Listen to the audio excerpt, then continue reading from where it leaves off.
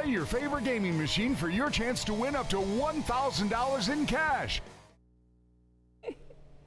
If you're known to get messy at the dinner table, then today's recipe is just right for you.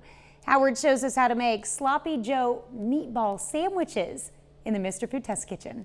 The other day, I was doing a bit of research to see if I could find out who invented the Sloppy Joe sandwich.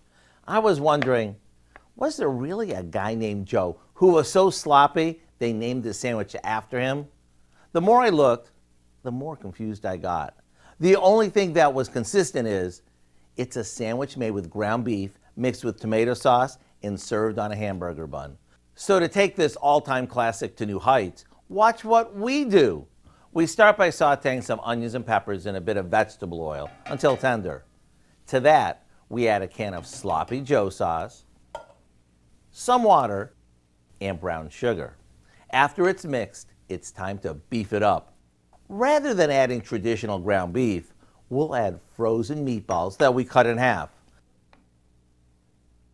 The meatballs make this a bit chunkier and gives you something to bite into, while the sauce brings back all those memories from your school cafeteria. When you serve this up in a roll, it's one of those recipes your family will want you to add to your weekly dinner routine. It's that good. To get the recipe for our Sloppy Joe meatball sandwiches, all you have to do is visit our website. Now, we may never know who the real Sloppy Joe was, but let me show you the way this was meant to be eaten. Keep your hips back and your arms positioned like this. Then just go for it.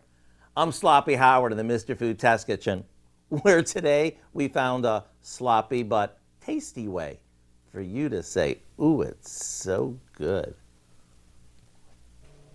I think you might need a bib, Howard. You can find this recipe along with a lot more good food from the Mr. Food Test Kitchen online.